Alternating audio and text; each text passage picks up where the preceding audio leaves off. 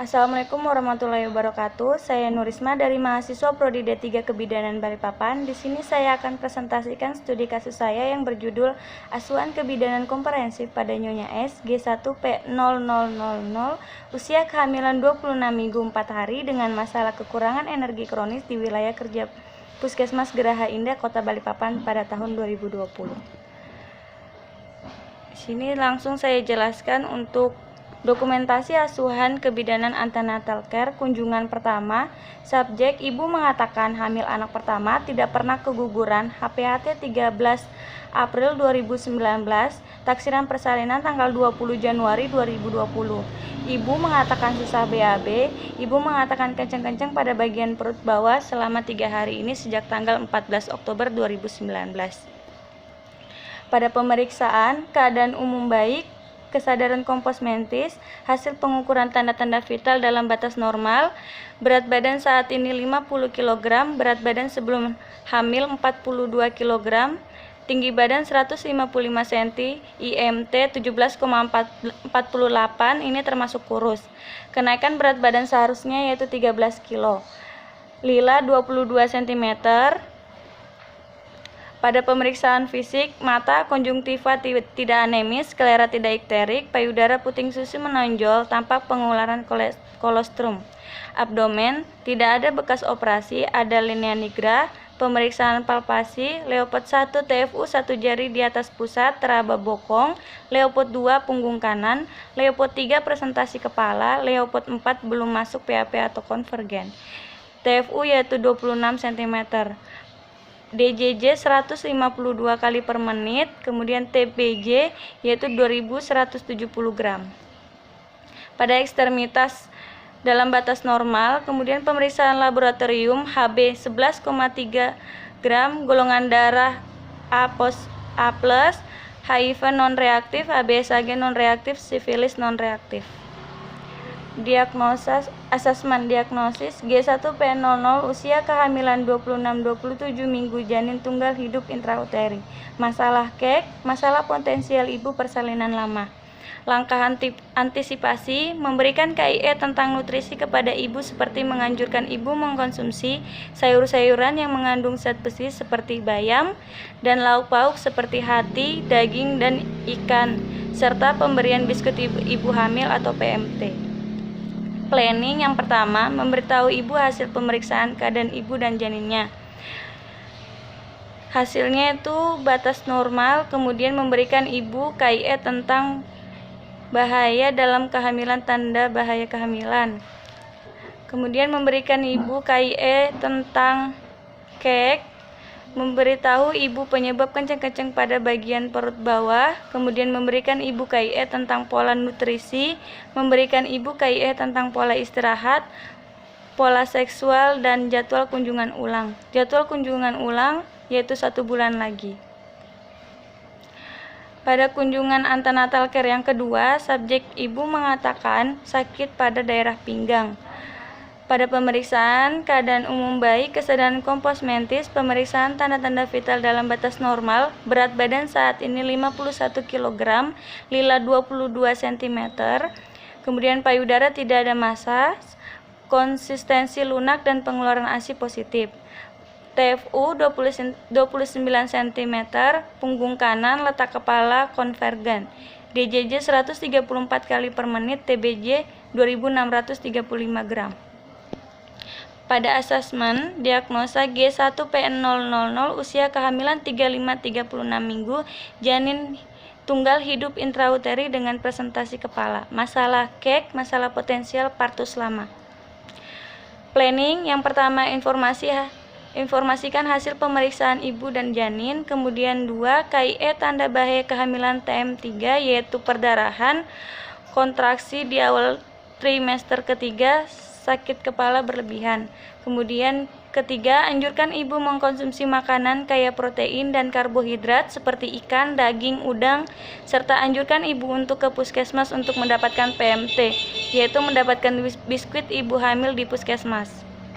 Yang keempat, anjurkan ibu lebih banyak istirahat dan kurangin aktivitas berlebihan, yaitu dengan tidur siang minimal 1-2 jam dan tidur malam 6-8 jam, serta tidak melakukan aktivitas yang berat seperti mengangkat beban yang berat. Kemudian yang kelima, jelaskan tentang persiapan persalinan seperti persiapan pendonor darah lebih dari 1 orang, golongan darah yang sama dengan ibu, persiapan transportasi, persiapan tabungan untuk biaya persalinan, rencana bersalin ditolong oleh dokter atau bidan di fasilitas kesehatan, persiapan pakaian ibu seperti baju, selimut, sarung, dan pakaian dalam, persiapan pakaian bayi seperti bedong, baju bayi, popok, sarung tangan dan kaki bayi, topi bayi.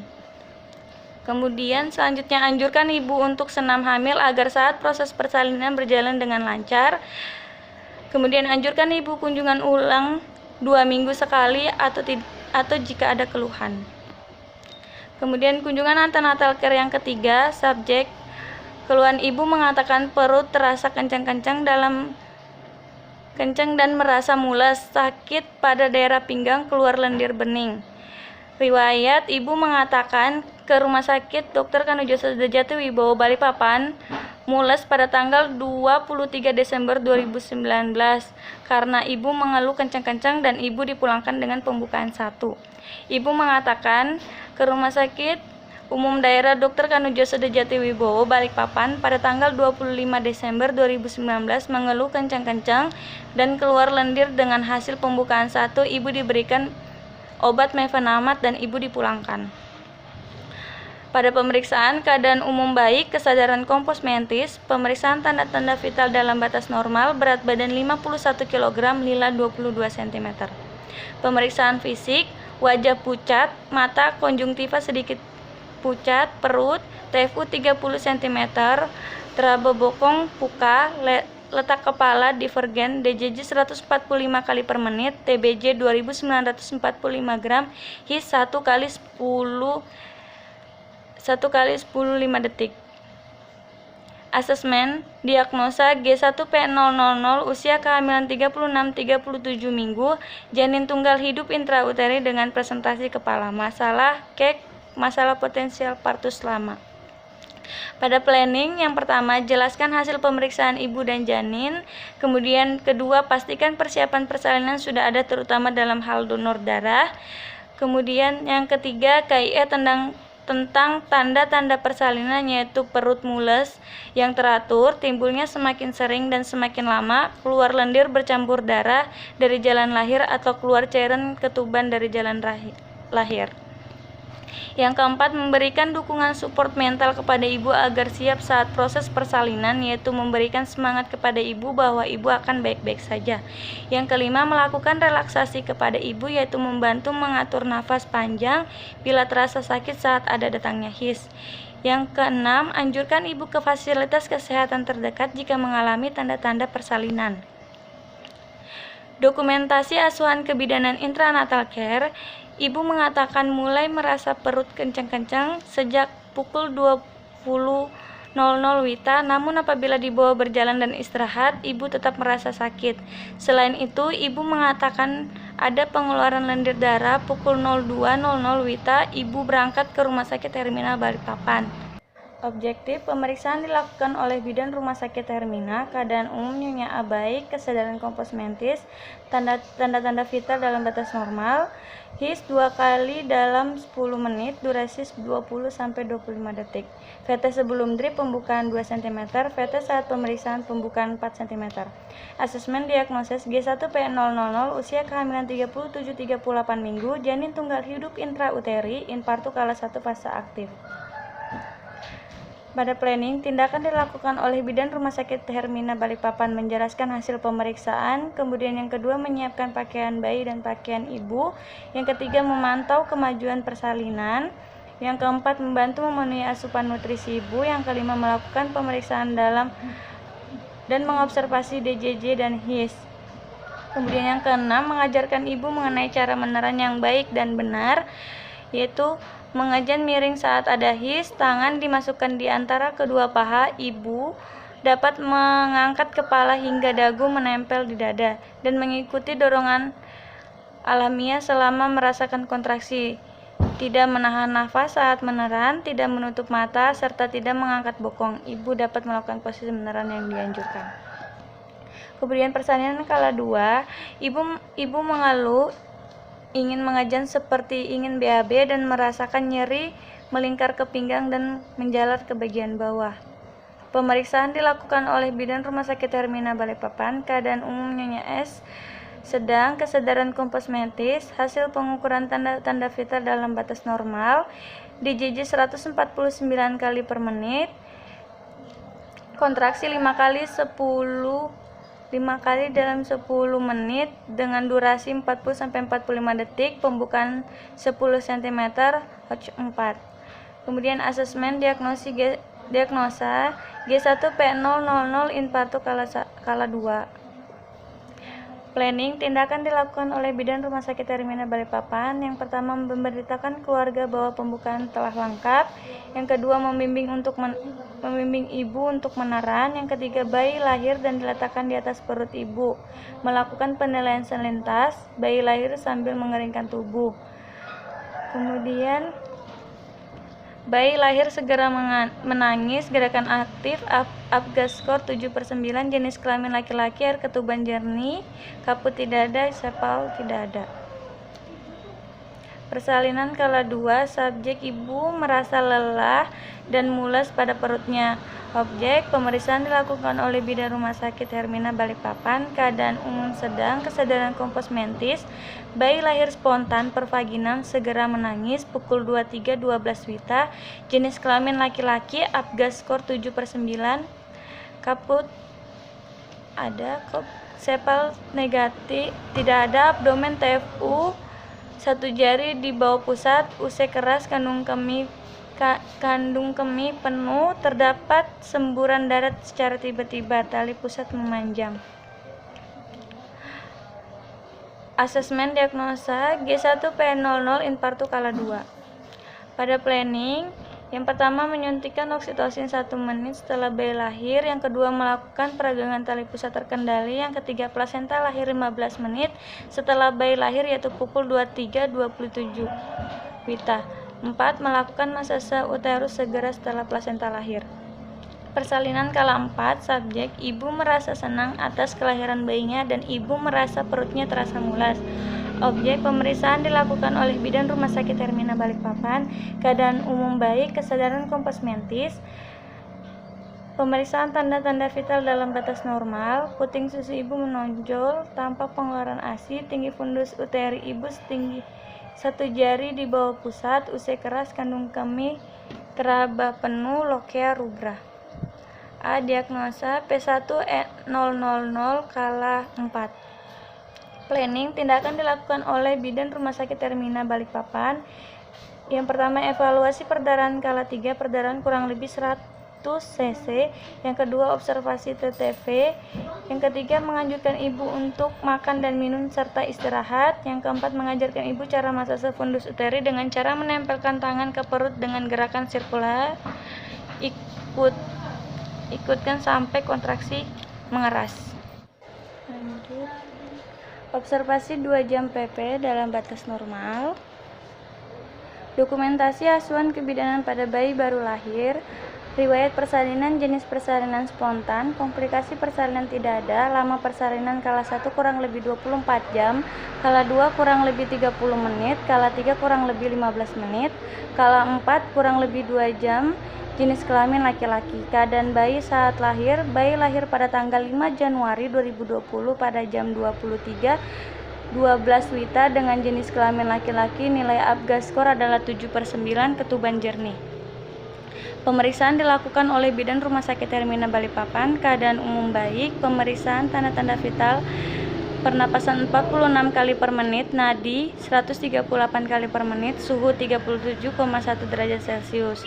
Pemeriksaan antropometri, berat badan 3.046 gram, panjang badan 49, lingkar kepala 34 cm, lingkar dada 33 cm, lingkar perut 32 cm, lilah 11 cm.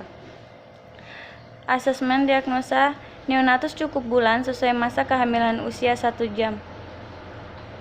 Planning Pelaksanaan dilakukan oleh Bidan Rumah Sakit Hermina Balikpapan. Yang pertama, menjelaskan pada ibu bahwa hasil pemeriksaan bayi dalam keadaan normal. Yang kedua, menjaga kehangatan bayi dengan memakai baju, popok, topi. Kemudian yang ketiga, melakukan IMD 1 jam. Keempat, memberikan injeksi Neoka 1 mg pada paha sebelah kiri bayi secara IM sebanyak 0,5 cc. Yang kelima, memberikan salep mata tetracycline 1% pada masing-masing mata bayi secukupnya. Yang keenam, menilai karakteristik urin serta feses warna pada bayi. Yang ketujuh, tunda memandikan pada bayi. Bayi diseka pada jam 6.30 WITA. Yang kedelapan, memberikan penyuluhan kesehatan pada ibu tentang ASI eksklusif. Dokumentasi asuhan kebidanan pada masa nifas, kunjungan pertama hari kedua. Subjek keluhan ibu mengatakan nyeri pada bagian bekas jatan. Pola fungsional nutrisi, ibu mengatakan telah makan 3 kali sehari dengan menu nasi, sayur, serta lauk. Ibu menghabiskan setengah porsi, minum 500 ml, istirahat ibu tidur 5-6 jam. Aktivitas ibu sudah berjalan-jalan kecil dan merasakan sakit nyeri pada jahitan. Duduk, merawat bayi dan menyusui bayinya. Eliminasi, ibu mengatakan telah BAK sebanyak 1 kali dan ibu belum BAB.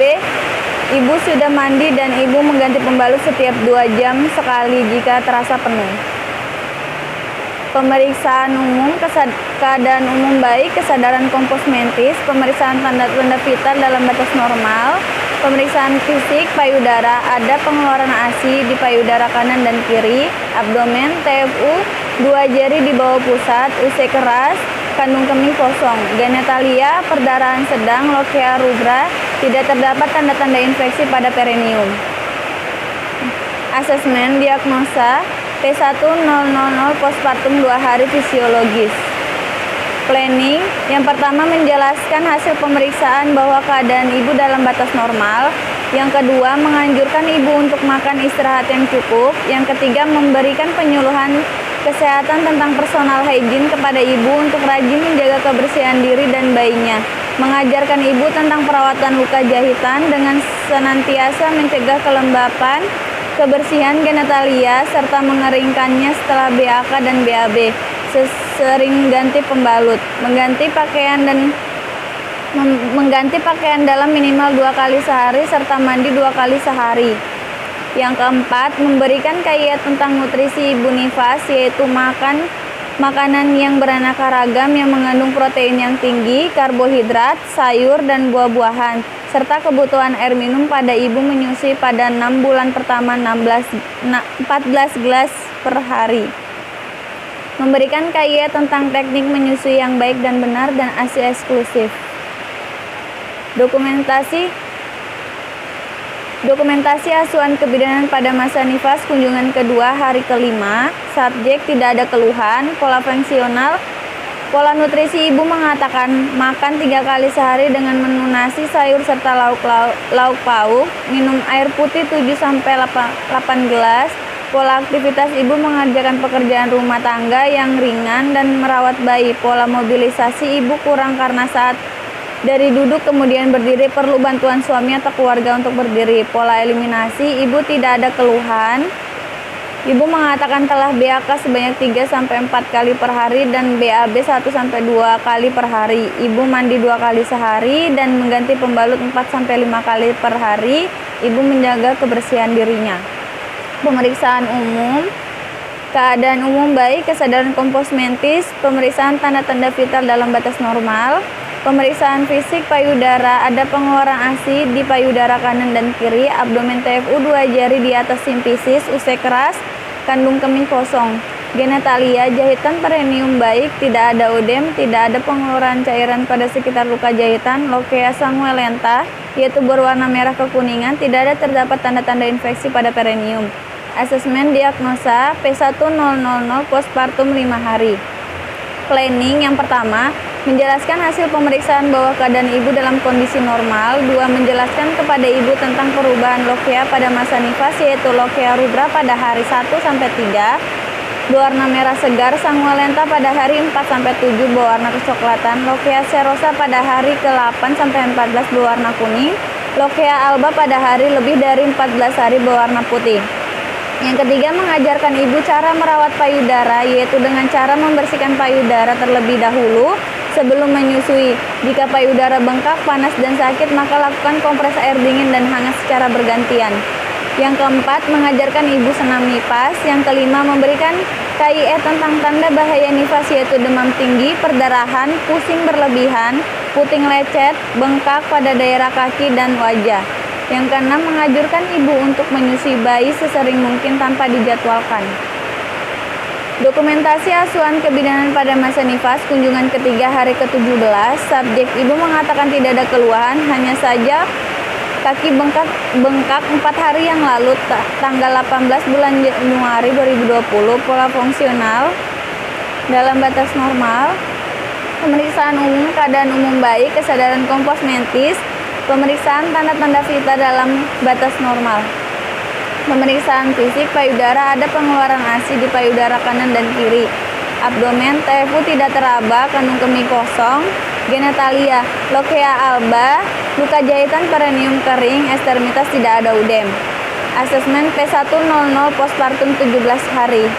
Planning, yang pertama menjelaskan hasil pemeriksaan bahwa keadaan ibu dalam kondisi baik. Yang kedua, memberikan KIE tentang penanganan kaki bengkak, yaitu menaruh bantal pada kaki saat tidur agar mengurangi kaki bengkak. Yang ketiga, memberikan KIE tentang jenis kontrasepsi, IUD, implan suntik pil, pengertian keuntungan, kerugian, efek samping, indikasi dan kontraindikasi. Yang keempat, menganjurkan ibu untuk ke fasilitas kesehatan jika ada keluhan.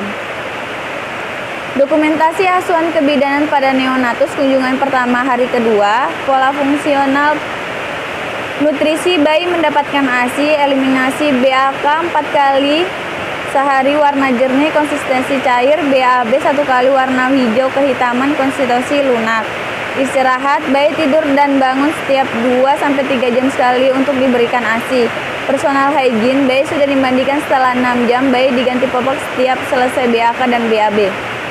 Pemeriksaan umum, keadaan umum baik, pemeriksaan tanda-tanda vital dalam batas normal, pemeriksaan antropometri, berat badan 3.100 gram, panjang badan 49 cm, lingkar kepala 34 cm, lingkar dada 33 cm, lingkar kepala 32 cm, lila 11 cm. Pemeriksaan fisik, abdomen, tali pusat tampak kering, tidak terdapat perdarahan. Kulit tampak berwarna kemerahan, ekstremitas pergerakan tampak aktif, jari tangan dan kaki simetris dan lengkap, refleks normal. A.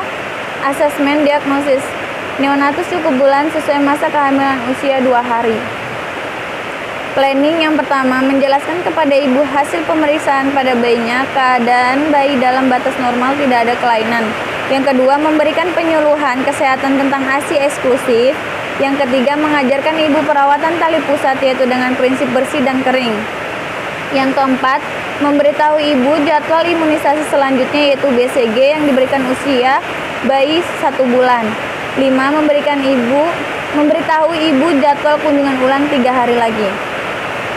Dokumentasi asuhan kebidanan neonatus, kunjungan kedua hari ke-6, pola fungsional nutrisi, bayi telah diberi ASI tiap 2 jam, eliminasi BAK 4-6 kali per hari, BAB 3-4 kali per hari, istirahat cukup, personal hygiene-nya dalam batas normal, pemeriksaan umum, keadaan umum baik, pemeriksaan tanda-tanda vital dalam batas normal, berat badan 3.200 gram, panjang badan 49 cm.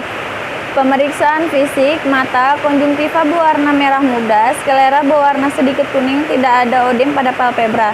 Abdomen, tali pusat terlepas pada hari ke-5, tidak ada tanda-tanda infeksi, ekstremitas pergerakan aktif, kulit berwarna kuning dari kepala sampai leher, turgor kembali dalam 2 detik, refleks normal.